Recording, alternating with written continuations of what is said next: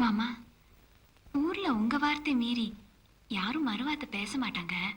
அதுக்காக அந்த புள்ள வாக்கப்பட்டு போறது தப்புன்னு ஊரே முடிவெடுத்தது உடைச்சு நியாயம்னு சொல்லிட்டீங்களே. உங்களுக்காக அவங்க எல்லாம் ஒத்துக்கிட்டாலும் மனசுல ஒண்ணு நினைச்சுக்கிற மாட்டாங்களா? இதுல வருத்தப்படுறதுக்கு என்ன இருக்கு? பொண்ணா பிறந்தவளுக்கு பெத்த தாய் தகப்பன் கழுத்துக்கு நகை, காலுக்கு கொலுசு, கட்டிக்க கலர் கலரா துணிமணி வாங்கி கொடுக்க முடியும். ஆனா புருஷங்கிட்ட கிடைக்கிற சுகத்தை எங்க போய் யார் வாங்கி கொடுக்க முடியும்? பாவம் சின்னஞ்சிறுசு. வாழ்க்கையில் இன்னும் எம்பிட்டும் நல்லது கெட்டது இருக்கு. 20 வயசு பிள்ளைக்கு 60 வயசு பொழப்பு இருக்குல்ல.